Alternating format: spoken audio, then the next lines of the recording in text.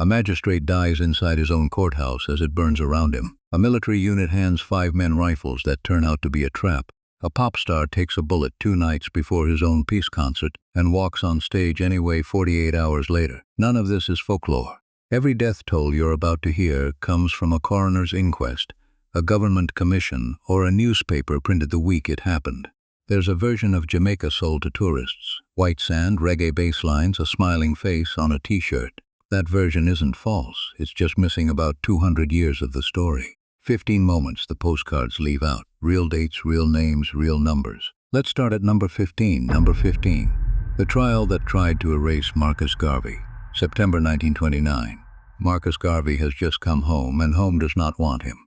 He'd spent nearly 2 years in a federal penitentiary in Atlanta on a mail fraud conviction tied to his Black Star Line shipping company, a case historian Theodore Kornweibel has traced to a Bureau of Investigation surveillance campaign more aggressive than anything directed at any other black political figure of that era. President Calvin Coolidge commuted the sentence in 1927, not pardoned, commuted, then deported, straight back to the island of his birth.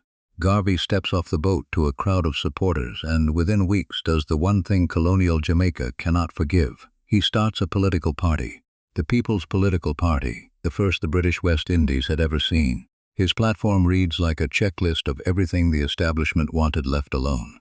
Land reform for tenant farmers, a legal minimum wage, Jamaica's first university, its first opera house, and a proposed law letting corrupt judges be impeached and imprisoned.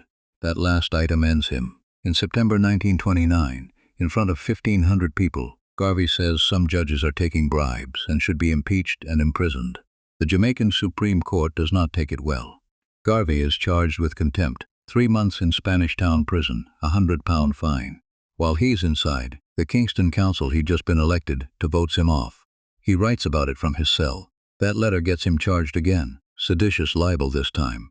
2 convictions, 2 trials, a political career effectively dead before its first anniversary. The seditious libel conviction was eventually overturned on appeal. But pay attention to why. A journalism history review makes clear it wasn't because the court decided Garvey had said nothing wrong, but a procedural technicality in how the trial was run. By the time the paperwork cleared, the damage was permanent. Garvey later called Jamaica the place next to hell. He left for London in the mid-1930s and died there in 1940. Broke. Here's the part that should unsettle you. This isn't finished. In 2022, 93 years after that speech, Jamaica's government announced it would move to formally expunge Garvey's criminal record. A separate campaign, driven by his son, Dr. Julius Garvey, is still pressuring the United States to exonerate him for the original 1923 fraud conviction. Former Prime Minister P.J. Patterson put the distinction bluntly: a pardon forgives a crime. Exoneration says there was never a crime to forgive. Jamaica's first national hero spent nearly a century with an active criminal record for telling a colonial court its judges were dirty. The country is still trying to take that back. If a case like that can sit unresolved for 90 years, you start to wonder how many other names got buried the same way. Before we go further, if you're finding these stories as unbelievable as I did researching them, hit subscribe. This channel is closing in on 10,000 subscribers, and everyone watching to the end is what gets us there. Number 14 is where a preacher's failed prophecy turns into an actual national security crisis. Number 14. The plot to hand Jamaica to Fidel Castro. 1959. A preacher named Reverend Claudius Henry has built a following Time magazine estimated at 20,000, centered on one promise. On October 6, 1959, his followers would be repatriated to Africa. People shave their heads and beards to prepare. October 6th arrives and nothing does. What happens next turns a failed prediction into something the colonial government treats as an armed uprising. Police raid Henry's camp and find firearms, conch shells packed with cement as improvised missiles, and a letter addressed to Castro's revolutionary government just months after Cuba's takeover, reportedly offering them Jamaica. Henry is arrested and charged with treason. It doesn't end there. In June 1960, his son Reynold Henry leads a small group, including several men identified in court as United States Marines, in an ambush on a British Army patrol near Sligaville. 4 soldiers of the Royal Hampshire Regiment are shot, 2 die. It becomes Jamaica's first ever treason felony trial, and the testimony is worse than anyone expected. Witnesses describe an execution at an abandoned camp in Red Hills. Cult members ordered to dig their own graves before being shot where they stood. 3 bodies were later pulled from that site. On July 26, police and military corner the remaining fugitives in a house in Orange Grove. One man reaches for a gun on the floor and is shot. Reynold Henry is struck down with a rifle butt before he can reach a weapon. It's over in seconds. The fallout doesn't stop with the people involved. Rastafarians across the island, the vast majority with no connection to Reynold Henry, are now publicly branded in the national press as armed insurrectionists with communist sympathies. Arbitrary arrests spike. 3 years later, in a town called Tivoli Gardens, that pressure finds its breaking point. We'll get there. Number 13 comes first, and it's a story about a professor's visa accidentally setting off a riot. Number 13, 69 students walk out. Kingston burns. October 15, 1968. Prime Minister Hugh Shearer's government bans a university lecturer named Walter Rodney from re-entering the country. Rodney is 26, Guyanese-born, holder of a PhD earned by age 24. For 9 months he's taught at UW-Mona, but the classroom was never really the point. He spent just as much time in Kingston's poorest neighborhoods and Rastafarian communities, holding what he called groundings, treating the unemployed and dispossessed as people worth listening to. That's precisely the problem. Rodney is in Montreal at a conference when the ban lands. He can't come home. His family is stuck in Kingston without him.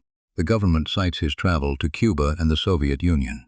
But nobody in Kingston believes that's the real reason. The next morning, roughly 900 students march toward Kingston. Police meet them with tear gas and batons. The students fall back to campus, return that afternoon, this time joined by Rastafarians, unemployed youth, and working-class residents, turning a university protest into something the government cannot put down with tear gas. 15 buses burn. Businesses with American and Canadian ownership are looted and torched. Riots stretch through downtown Kingston into the night, protesters chanting Black Power until dawn. When it's over, at least 6 people are dead and millions in property is gone. This is 6 years after independence, and the promise of 1962, that self-rule would deliver equality, is failing that test in front of the entire country. Rodney never gets his position back.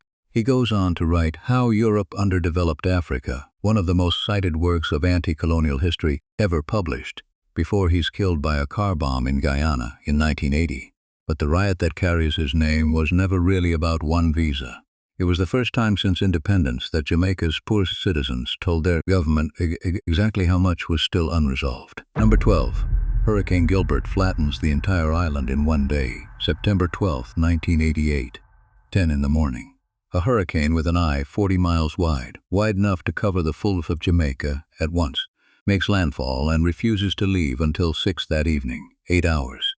Category 3 winds according to the National Hurricane Center, with a station northeast of Kingston clocking gusts at 147 miles per hour. A 19-foot storm surge. Up to 32 inches of rain dumped into the mountains in a single day, triggering flash floods on top of the wind damage. Then, Prime Minister Edward Seaga toured the wreckage and said it looked, in his own words, like Hiroshima after the bomb. 95% of Jamaica's hospitals were damaged. Half the water supply gone. More than 100,000 homes destroyed or damaged. Tin roofs that had protected families for generations peeled back like paper. 800,000 people, roughly 30% of the population, ended up in shelters. Some families were still there the following January. The death toll is where the record genuinely splits. Some contemporary reports counted 26 dead in Jamaica. The Jamaica Information Service's 2023 retrospective puts it at 45. Other academic sources round up to 49. Nobody disputes the financial cost. $700 million in 1988 money, roughly 70% hitting agriculture directly. The banana industry, one of the pillars of the Jamaican economy, was essentially erased in a single afternoon. This was the first direct hurricane landfall on Jamaica in 37 years. And for nearly 2 decades, Gilbert held the record for most intense Atlantic hurricane ever measured, until Hurricane Wilma broke it in 2005. Afterward, Jamaica rebuilt its disaster preparedness system so every community could survive 72 hours on its own before outside help could arrive. Nobody wanted to get caught that flat-footed twice. Number 11, the $1 a day strike that ended in bloodshed nobody agreed to. Early 1938. the Frome Sugar Estate, Westmoreland Parish. The West Indies Sugar Company, a subsidiary of Tate & Lyle, is building a new factory, and more than 1,000 construction workers converge on the site chasing steady work. On May 2nd, they go on strike. Their demand? $1 a day. The Daily Gleaner reported it plainly enough. The workers said they'd return once the demand was met. What happened the next day was not plain at all. A Gleaner correspondent at the scene wrote it down in real time. Rifle fire, screaming, men on the ground, some motionless, others crawling away. Colonial police had opened fire directly into the crowd. At least 4 workers were killed at Frome. 3 shot, 1 elderly woman bayoneted to death, at least 25 more wounded. 109 workers arrested for riotous assembly. Many sentenced to up to a year of hard labor for asking for $1 a day. It didn't stay contained to one estate. It spread across the island. Kingston's docks, banana workers in Portland and St. Mary, sugar estates in St. Thomas and Clarendon, unemployed men marching on government buildings. By the time it was brought under control at the end of June 1938, the island-wide toll stood at 46 dead, 429 wounded, and thousands arrested. Socialist historian and participant Richard Hart later described the uprising as driven by low wages, mass unemployment, racist colonial administrators, and no system for resolving labor disputes peacefully. A young organizer named Alexander Bustamante became the movement's public face, jailed for 17 months over an inflammatory speech and emerging as close to a folk hero as colonial Jamaica had. His cousin, lawyer Norman Manley, helped negotiate the strike's end and founded the People's National Party that same year. 4 years later, Bustamante founded the Jamaica Labor Party. 2 cousins, 2 parties that still shape Jamaican politics today.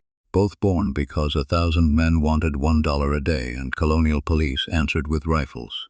Number 10 sends us further back to a slave rebellion so large it forced an empire to finally act on a law it had been avoiding for years. Number 10. 60,000 people rise up and an empire runs out of excuses. December 1831. This rebellion gets skipped over in most classrooms. So let's be precise about scale. This is the largest slave uprising in British Caribbean history. As many as 60,000 enslaved people across Jamaica's western parishes, out of roughly 300,000 enslaved islanders, refused to keep working. It becomes known as the Baptist War, named for the enslaved deacon who organizes it, Samuel Sharp. Sharp's plan is a peaceful general strike. Refuse to work after Christmas until wages and treatment improve. It doesn't stay peaceful. Plantation buildings and cane fields across the western parishes go up in flames. An estimated 20% of Jamaica's total sugar production destroyed in the uprising and the reprisals that follow. The numbers on both sides tell you how this ends. Roughly 500 enslaved people are killed in fighting or executed afterward. On the other side, 14 white planters and militia killed total across 11 days of open conflict. Sharp himself is captured and hanged, despite pushing for nonviolence from the start. The uprising burns for 11 days outright, with guerrilla resistance continuing another 2 months before it's stamped out. Here's what British planters never saw coming. This rebellion did more to end slavery than years of parliamentary debate. Slavery is abolished across the British Empire in 1834, with full emancipation by 1838. 60,000 people willing to burn their own workplaces down and die, for it changed the outcome of a debate London's politicians had been circling for years. Samuel Sharp was declared a Jamaican National Hero in 1975, 144 years after he was hanged for starting what became the beginning of the end of slavery in the British Empire. Number 9. There's a pattern forming here. Nearly every entry involves ordinary people running out of legal ways to be heard, met with violence disproportionate to the provocation. Number 5 is where that pattern reaches its most extreme conclusion. An entire colonial government dissolved over one courthouse fire. First, 3 more stories the postcards leave out. Number 8. 1963, Coral Gardens near Montego Bay, the moment the earlier Claudius Henry uprising had been quietly building toward for 3 years. A land dispute between Rastafarian farmers and a local landowner escalates into violence. A gas station is set on fire, and in the chaos 2 police officers and 6 civilians are killed. The government's response is where this stops being a local dispute and becomes something closer to a purge. Prime Minister Alexander Bustamante gives an order remembered for its brutal simplicity: bring in all Rastas, dead or alive. Roughly 1,500 Rastafarians are rounded up in the days that follow. beaten, jailed, and in numerous documented cases forcibly stripped of their dreadlocks, cut off by police purely as humiliation. Jamaica's government did not formally apologize for what became known as the Tivoli Gardens incident until 2017, 54 years later, and only after survivors, by then elderly, had spent decades pushing for any acknowledgement at all. A reparations fund was established alongside the apology. 54 years is a long time to wait for 4 words. We were wrong then. Number 7. 2,000 people vanish into the harbor in under 2 minutes, June 7, 1692. Port Royal, one of the wealthiest and most notorious port cities in the Western Hemisphere, nicknamed the wickedest city on earth. At around 11:43 in the morning, a massive earthquake strikes, and the geology of the peninsula turns against everyone standing on it. Much of Port Royal had been built on loose, sandy soil reclaimed from the sea, and under the quake that ground liquefies.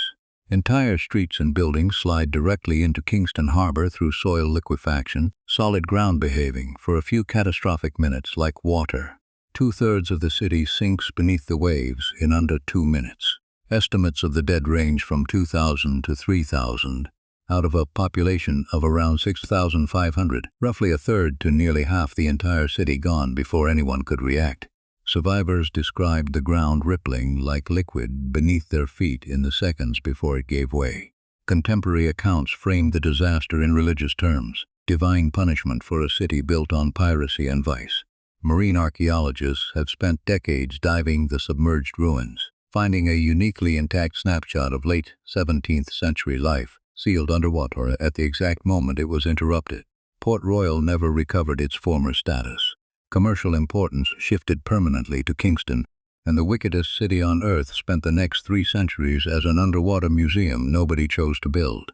Number 6. The fire brigade dies first, so the city burns for 3 hours with nobody left to stop it. January 14, 1907. Just after 3:30 in the afternoon, a major earthquake strikes Kingston directly. Contemporary seismological estimates place it around magnitude 6.5. The initial shaking kills an estimated 800 to 1,000 people outright, buildings collapsing in seconds with almost no warning. Then it gets worse. The earthquake ruptures gas lines across the city, and fires break out in multiple locations within minutes. Under normal circumstances, a fire brigade might contain this. Kingston's fire station had been directly in the earthquake's path, destroyed in the initial collapse, along with most of the firefighters and equipment that would have been the city's only defense. The fires burned largely unchecked for approximately 3 hours, consuming what was left of the city's core with nobody standing to stop them. British and American naval vessels stationed nearby divert immediately to help, an early example of international disaster response at that scale. But the damage to Kingston is close to total. Nearly every masonry building in the city center is destroyed, either by the quake or the fires that followed. The final death toll is generally cited between 800 and 1,000 people. Kingston was rebuilt, but the layout of the modern city and many of its building codes trace directly back to lessons learned from watching a city burn with no fire brigade left standing to fight it.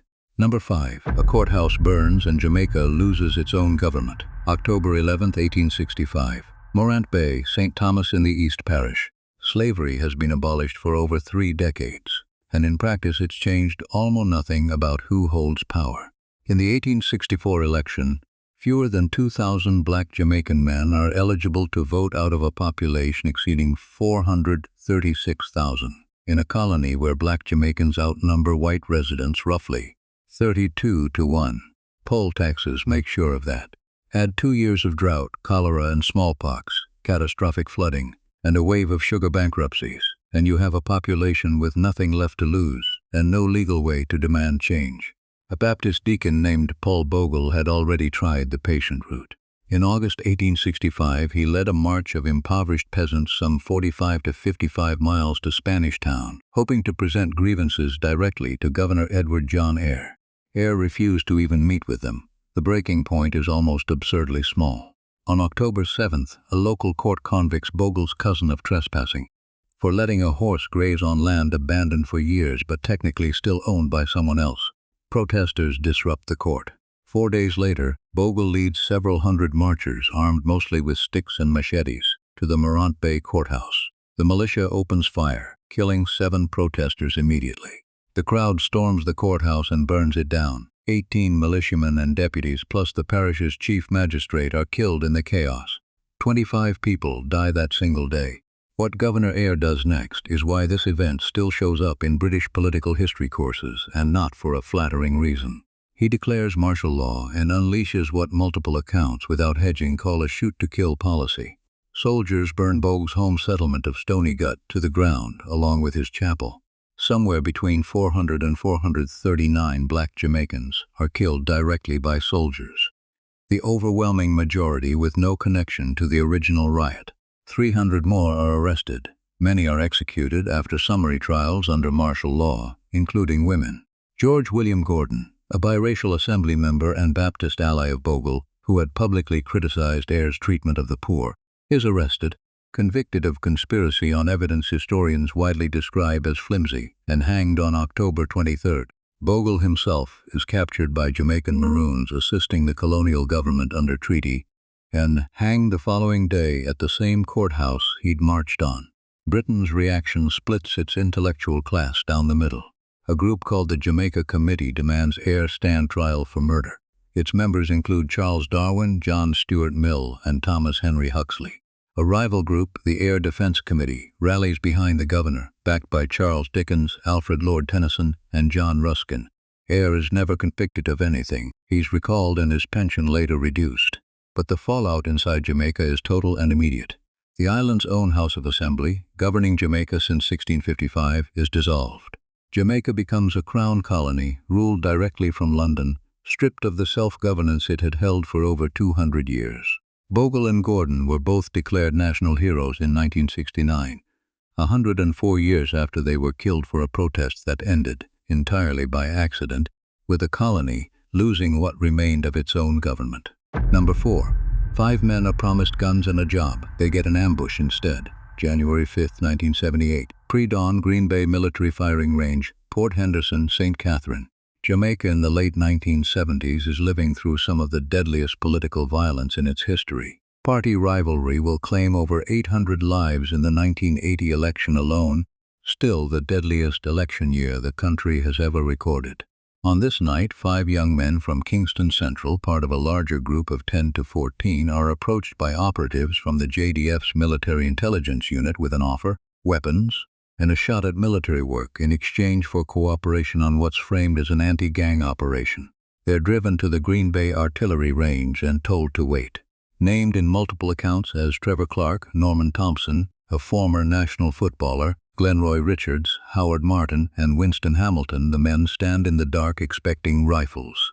Instead, JDF snipers already positioned in the surrounding hills open fire with machine guns. All 5 are killed. One survivor, Delroy Griffiths, makes it to the water and is picked up by a passing fishing boat. The official JDF report initially claims the men simply wandered into a live-fire exercise and were caught in crossfire. A coroner's inquest in Spanish Town does not accept that story, finding clear evidence of a conspiracy and holding JDF personnel criminally responsible. In July 1978, arrest warrants go out for 10 members of the JDF, including 2 officers for first-degree murder and conspiracy. Nobody is ever convicted. Conspiracy charges are dismissed on no-case submissions in 1981. The murder charges are dismissed in February 1982 for insufficient evidence. The most quoted line from the entire case belongs to Dudley Thompson, a government minister who later became Minister of National Security, who said publicly, "No angels died at Green Bay." He was widely condemned and later apologized, but the sentence stuck because it summarized exactly how this case ended. No conviction, no honest account of who gave the order, just 5 names, and a memorial every January 5th that still happens to this day. Number 3. 7 gunmen. 2 nights before a peace concert, a bullet meant to kill Bob Marley instead lodges in his arm for the rest of his life. December 3, 1976, 8:30 in the evening, 56 Hope Road, Kingston, Bob Marley's home and recording studio, Tough Gong. 2 days before Marley is set to headline Smile Jamaica, a free concert organized to ease the country's brutal political violence. The government had just moved the election date to land on top of his concert, turning a peace gesture into an unofficial campaign rally, a decision that reportedly infuriated Marley, who'd insisted the show stay non-political. That night, Marley's usual security is, for reasons never fully explained, absent from the property. 2 cars roll in through gates that should have been guarded and aren't. 7 armed men get out. Rita Marley is shot in the head while sitting in her car in the driveway. She survives. Some accounts credit her thick dreadlocks with softening the impact. Marley takes a shot to the chest that grazes his sternum and lodges permanently in his arm. Doctors later tell him removing it risks his hand, so it stays there for life. His manager, Don Taylor, is shot multiple times through the legs and torso. Band associate Louis Griffiths is also hit. Remarkably, nobody dies that night. The gunmen reportedly flee toward Tivoli Gardens. Some accounts, including claims from Marley's own manager, allege a shooter later said the attack was tied to American intelligence involvement, a claim never independently proven, treated across serious accounts as allegation, not fact. What is not in dispute 48 hours later, despite his injuries? Marley walks onto the stage at National Heroes Park on December 5th and performs for roughly 90 minutes for a crowd that had waited hours just to see if he'd show. He leaves for London shortly after, spending 2 years in self-imposed exile before feeling safe enough to return. The bullet stays in his arm until his death from cancer in 1981, 5 years after nearly being assassinated in his own driveway. It's a disease nobody in that house saw coming that ultimately kills him instead. Number 2. 800 soldiers storm a neighborhood to arrest 1 man. 70 people don't walk out. May 24, 2010. West Kingston, Tivoli Gardens. Christopher Dudas Coke, described in court documents and Jamaican press alike as the country's most powerful Don, is wanted in the U.S. on drug and arms trafficking charges. The extradition request sat on then Prime Minister Bruce Golding's desk for roughly 9 months, delayed on cited legal grounds, until it emerged Golding's own party had paid a Washington lobbying firm, reportedly around $400,000, to argue against it. The scandal nearly brought down the government in a no-confidence vote that failed by exactly 2 votes, 30 to 28, split along party lines. Coke's supporters do not stay quiet. On May 20th, roughly 600 women dressed in white march through Kingston carrying signs reading "Leave Dudas alone" and "Next to God is Dudas," a phrase that tells you how deeply this man's patronage network, built on jobs and informal social services in a community the state had largely abandoned, had embedded itself into daily survival for thousands with nothing to do with his enterprise. On May 23rd, gunmen loyal to Coke attack multiple police stations, burning 2 completely. The next day, roughly 800 soldiers and 370 police move into Tivoli Gardens, a community of about 10,000 people already fortified with barricades and makeshift Molotov cocktail production sites. 4 days of urban combat follow. The official death toll, approximately 69 to 75 civilians, 3 to 4 security forces. Community members claimed the real number could be closer to 200, never independently confirmed. Worth stating honestly, rather than repeating whichever number sounds worse. What has been confirmed by Jamaica's own Commission of Enquiry is that at least 15 deaths showed signs of extrajudicial killing. Human Rights Watch documented credible reports of unarmed men shot at point-blank range. One case, Keith Oxford Clark, killed May 27th when roughly 60 JDF soldiers stormed his house believing Coke was inside. His autopsy recorded 21 gunshot wounds, 16 were in his back. Coke was not found during the raid. He evaded capture for another month, finally arrested June 22nd, reportedly disguised as a woman traveling with a reverend, allegedly trying to reach the American embassy out of fear he'd be killed by Jamaican forces otherwise. He pled guilty in U.S. court and was sentenced in 2012 to 23 years. More than 500 people were arrested during the operation and held temporarily in a national sports stadium because there was nowhere else to put them. Number 1. The people who were already here and the population that was made to disappear on paper. 1494. Christopher Columbus lands in Jamaica and encounters the Taino, an indigenous people already living across the island in organized communities, with their own agriculture, navigation, and governance. Within decades, Spanish colonization triggers one of the most complete demographic collapses in recorded human history. Pre-contact population estimates vary depending on the region and the historian counting, ranging from 10,000 into the hundreds of thousands across the wider Caribbean, a range wide enough that it remains genuinely disputed, worth stating honestly, rather than pretending there's one precise figure. What isn't disputed is the trajectory. By 1514, Surveys of the broader Spanish Caribbean found the indigenous population had collapsed to roughly 32,000. By 1565, that number had fallen to approximately 200. By 1802, Spanish colonial authorities officially declared the Taíno extinct. Extinct, on paper, as a formal matter of administrative record. The mechanisms behind that collapse are documented in painstaking, ugly detail. Forced labor in gold mines, massacres, the 1493 influenza outbreak cited by researchers as potentially the earliest documented epidemic in the Americas. One historical account describes Columbus's own men manufacturing pretexts to mutilate and decapitate Taíno people, deployed deliberately as psychological terror to crush resistance before it could organize. And here's the part that almost never makes it into a classroom. The Taíno were not actually gone, they were reclassified. By that same year, 1514, official surveys found 40% of Spanish men in the colonies had taken indigenous wives, meaning an enormous mixed descent population existed the entire time colonial authorities were writing extinct into official records. Historians and geneticists now use a specific term for this, paper genocide. A population erased, not because every person died, but because the administrative system stopped counting them as what they were. That erasure didn't end when Spanish rule did.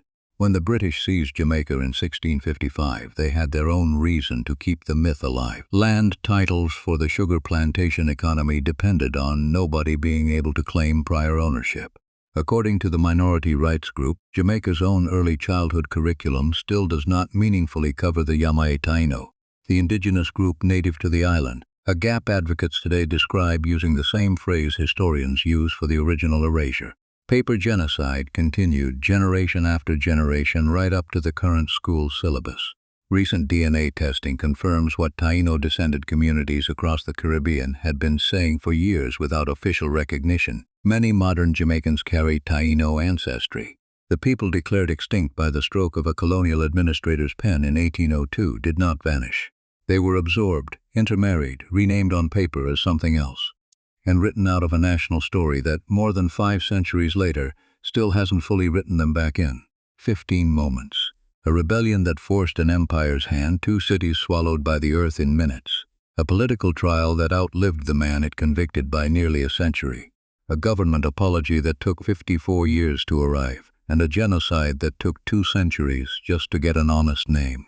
None of this made it into the version of Jamaican history built for postcards and resort brochures. Every bit of it happened, and every bit of it is part of why the island looks and feels the way it does today. Not despite this history, but because of it.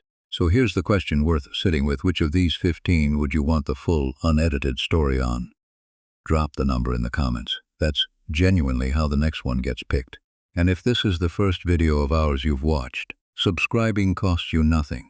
And it's the only reason a channel like this makes it to 10,000 people who want the real history instead of the postcard version. Thanks for staying until the end. There's more waiting, and we're not done digging.